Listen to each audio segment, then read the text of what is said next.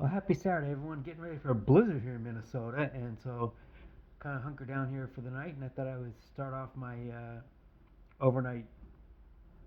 Probably gonna be 36 hours. I'm gonna be inside here, and I'm still talking about the sovereign citizen movement, but I'm gonna talk tonight about one particular canard that they like to push on law enforcement, and that is their outrageous fee schedules.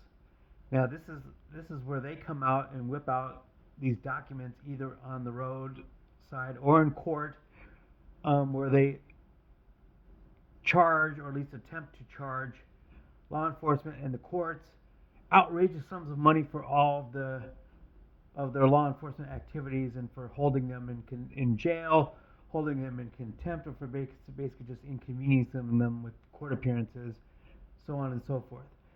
These are usually pretty outrageous sums, and so if you go to any of my four favorite channels, you'll see this in action, but more often than not, probably on the Van Balian channel. And so almost all of his videos involve some sort of fee schedule being assessed by a sovereign citizen. But what if I told you that not a single penny has ever been collected on these things? Well, anybody who watches the sovereign citizen movement is not going to be shocked by this at all, because you can't bill law enforcement for detaining you. These enforcements have no legal standing. These documents have no legal standing whatsoever, and they have no. There really is no power in these whatsoever. And so, no sovereign citizens ever collected a single penny of these fee schedules.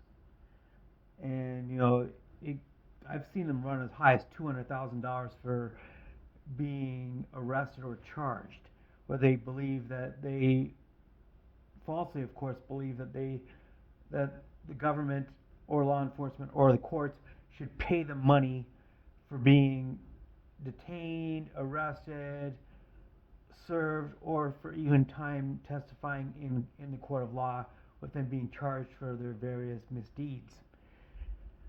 And so these things have been asserted and assessed in various courts, law enforcement stops across the land.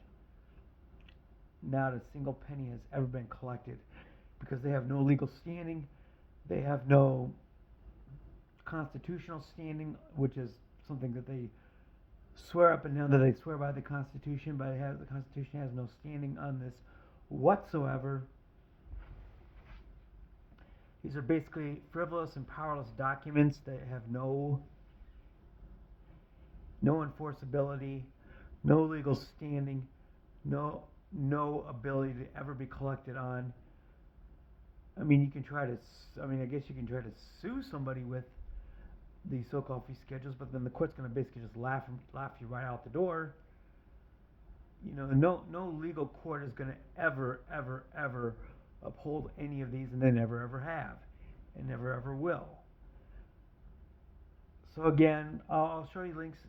Like I said, the Van Balian channel probably has this the most often, but even the TeamSkeptic channel has some of these.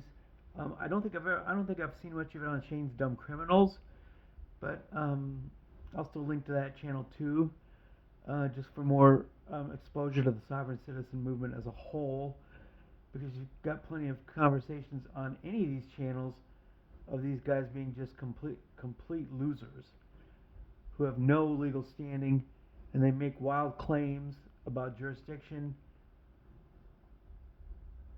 constitutionality, and cherry pick Supreme Court cases, which they clearly misinterpret entirely. They may even use cases that don't even involve driver's licenses and such like that. But of course, they're going to misinterpret all of these, and these lies are just completely false, including the fee schedules. So that is my short version for tonight here. I'll link all the channels above on TeamSkeptic, Shane's Dumb Criminals, and the Van Balian channel, which are all my go-tos as far as the sovereign citizen movement is concerned. And again, the fee schedule, not a single Sov Cit has ever collected a single red cent or red penny, or with the retirement of the penny, one silver nickel. Of course, course, they claim that they should also be paid in. Some of them also claim that they should be paid in silver dollars, millions of dollars worth, just for being detained at a traffic stop, which of course is categorically false. So I'm off to my 72 hours indoors here, and if you're up in the upper Midwest with me, stay safe. Don't go anywhere if you don't have to, and we shall see you probably tomorrow on a Sunday edition of this, where I may be coming at you with a little bit of cabin fever. But it'll still be good and it'll still be fun. So anyway, you folks enjoy yourselves and have a great Saturday night. And I'll say it again, peace out, homies.